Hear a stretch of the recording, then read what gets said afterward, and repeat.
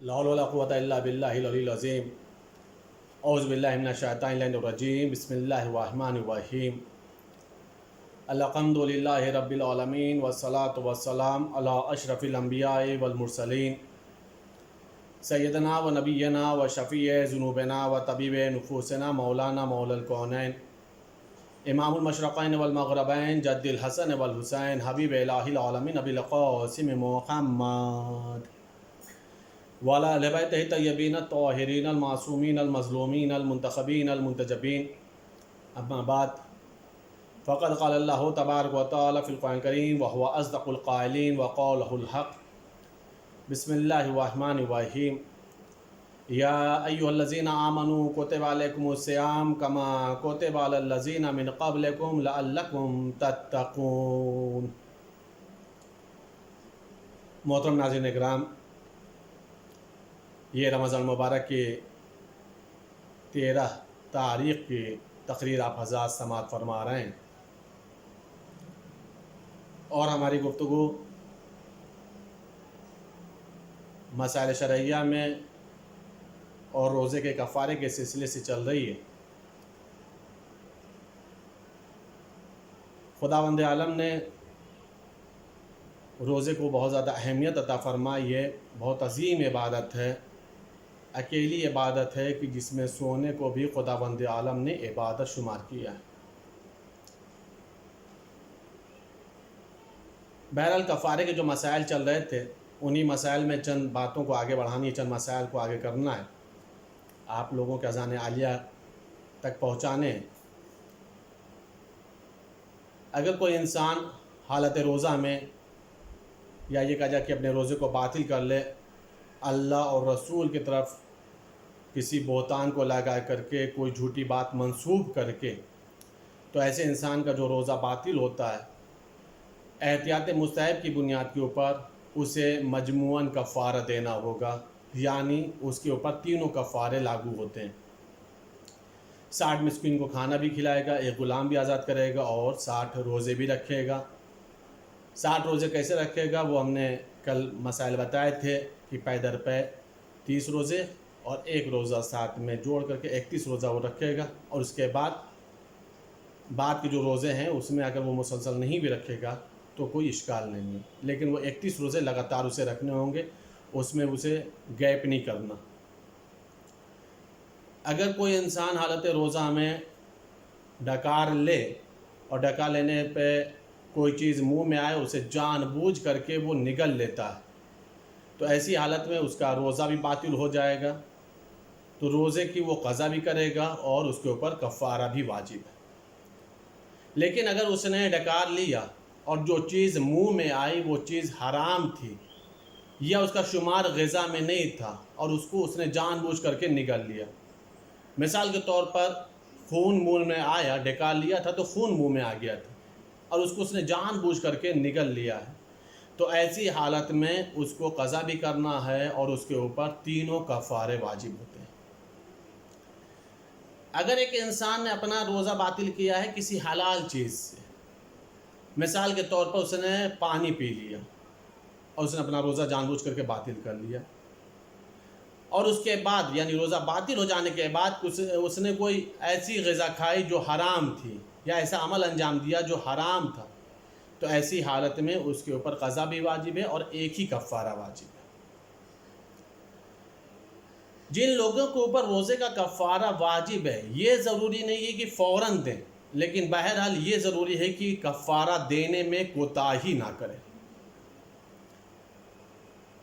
اگر ایک انسان کو 60 مسکین کو کھانا کھلانا ہے یا 60 مسکین کو اسے غذا دینی ہے، 750 گرام کے حساب سے اسے اناج دینا ہے، ایک متام دینا ہے ایک روزے کے بدلے میں، اگر اسے 60 مسکین کو کھانا کھلانا ہے اور اس کے پاس 60 فقیر اور 60 مسکین موجود ہیں، تو وہ کسی بھی فقیر کو ایک مد تام سے زیادہ نہیں دے سکتا، یا ایک ہی فقیر کو ایک سے زیادہ مرتبہ پیٹ بھر کر کے نہیں کھلا سکتا، سوائے اس کے کہ اسی ایک فقیر کے اگر اہل و عیال ہوں، چاہے وہ سب چھوٹے چھوٹے بچے ہی کیوں نہ ہوں، تو ان کو وہ ایک ایک متام سب کے لیے الگ الگ دے سکتا ہے۔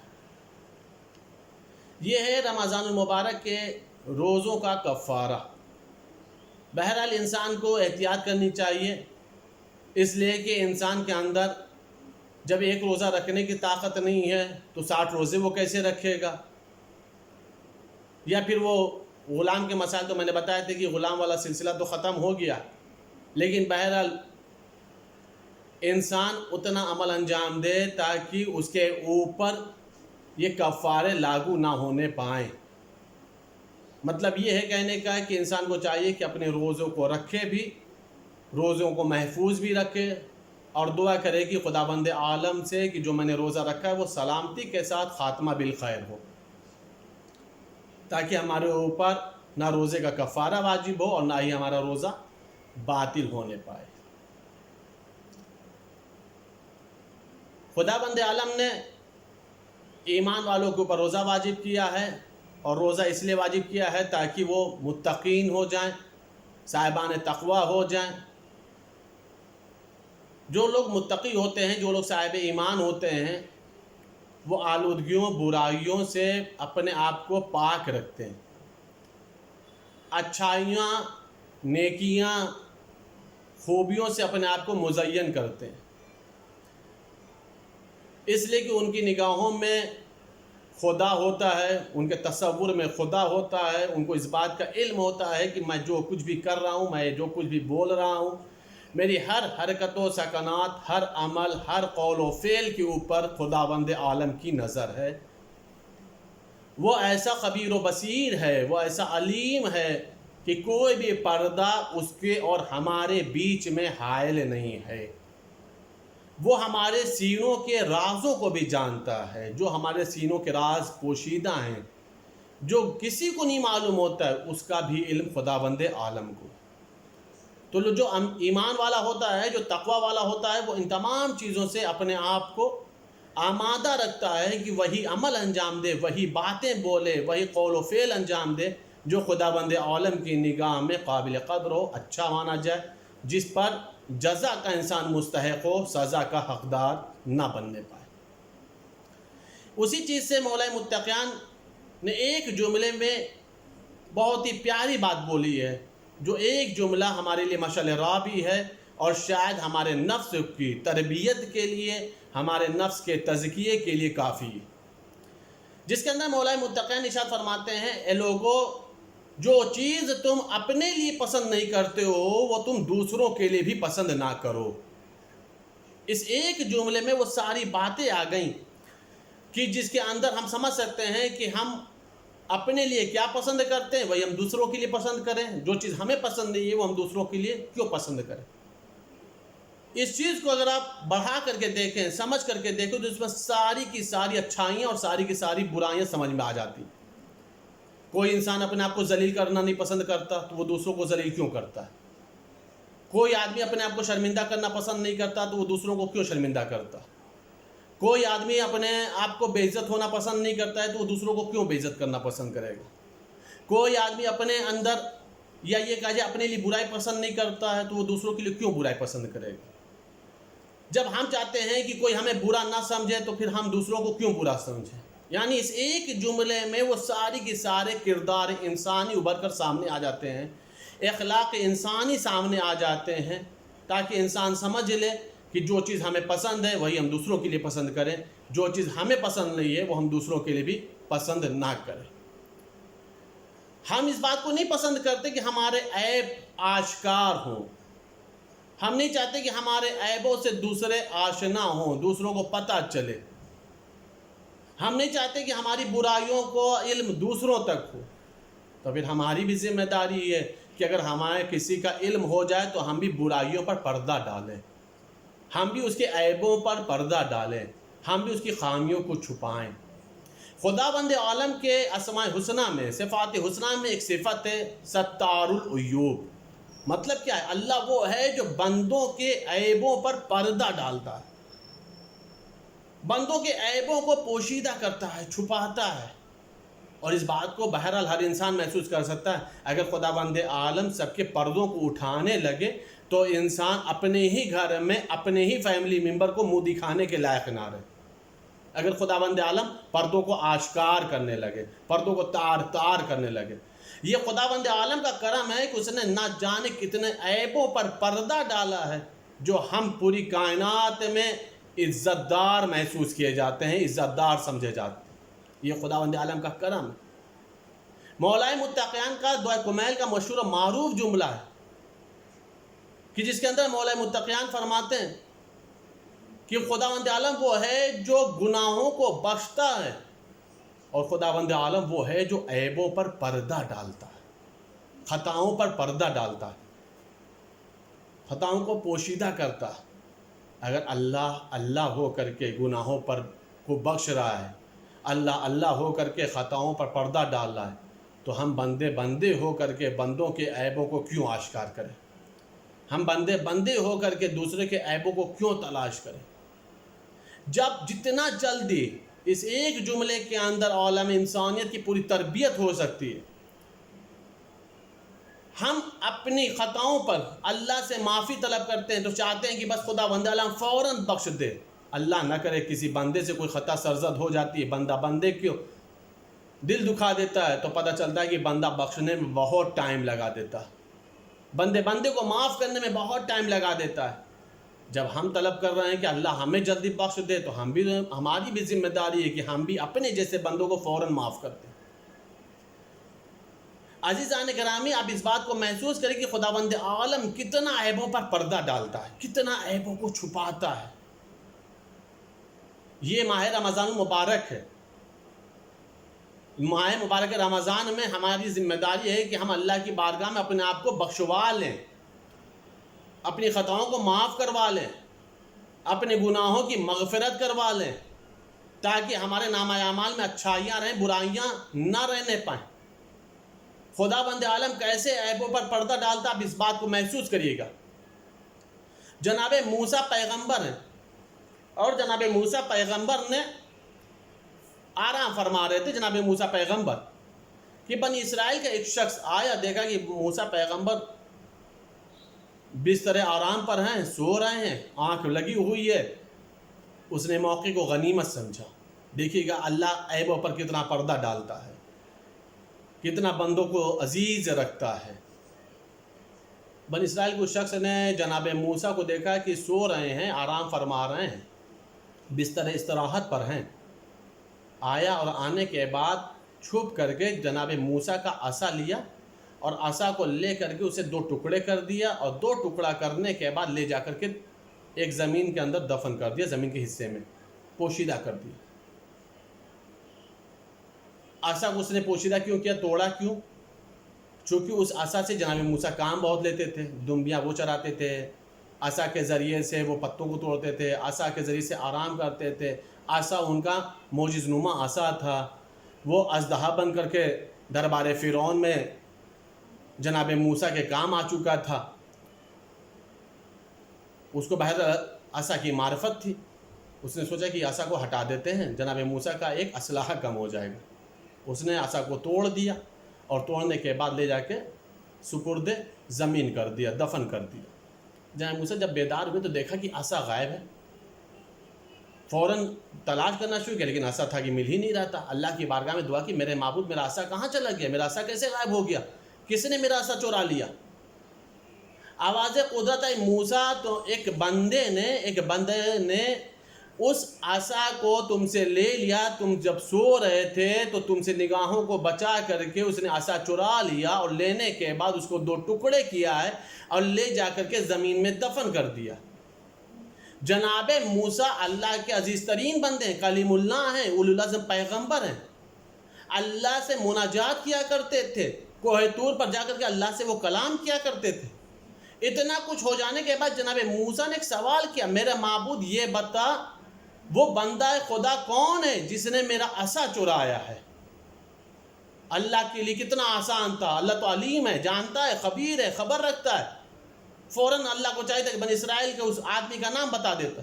لیکن خداوند عالم نے جواب دیا، موسیٰ میں تو خود یہ حکم دیتا ہوں کہ بندے کو عیبوں کو چھپائے. تو مجھ سے کہہ رہے ہو کہ میں اس بندے کا عیب بتا دوں، اس بندے کا نام بتا دوں، تاکہ وہ تمہاری نگاہوں میں ذلیل و خوار ہو جائے. ایک کام کر سکتے ہو موسیٰ، تمہیں تمہارا عصا مل جائے گا۔ کہا کیسے؟ کہا تم جب آواز دو عصا کو، تم آواز دو، پکارو، میں حکم دیتا ہوں، اس عصا کے اندر قوت گویائی پیدا ہوگی، وہ جواب دے دے گا اور تمہیں معلوم ہو جائے گا عصا کہاں ہے۔ جناب موسیٰ پیغمبر نے آواز دی، جیسی آواز دی تو ایک مرتبہ زمین کے خطے سے ایک آواز آئی، میں یہاں پر ہوں۔ جناب موسیٰ گئے، زمین کو کھودا اور وہ عصا کا 2 ٹکڑا لیا، جوڑ لیا معجزے سے، پھر وہ عصا صحیح سلامت ہو گیا۔ یہاں پر بھی اللہ نے دیکھیے عصا کو بس اتنی ہی اجازت دی تھی کہ اپنے آپ کو خبر کرو کہ تو کہاں پر ہے، تم کہاں پر پوشیدہ ہو۔ اللہ نے عصا کو یہ قوت نہیں دی تھی، یہ طاقت اور اجازت نہیں دی تھی کہ وہ یہ بھی بتائے کہ کس نے اسے چرایا تھا، کس نے اسے توڑا تھا، کس نے اسے دفن کیا تھا۔ عزیزان گرامی، اس ایک روایت سے، اس چھوٹی سی روایت سے آپ اندازہ لگا سکتے ہیں کہ خداوند عالم گنہگار بندوں کے عیبوں کو اتنا پردوں میں رکھتا ہے تاکہ وہ نبی کی نگاہوں میں ذلیل نہ ہونے پائے، نبوت کی نگاہ میں خار نہ ہونے پائے، نبی کی نگاہ میں رسوا نہ ہونے پائے۔ اس لیے خداوند عالم نے نام نہیں بتایا، صرف اور صرف یہ بتا دیا تاکہ عصا جناب موسیٰ تک پہنچ جائے۔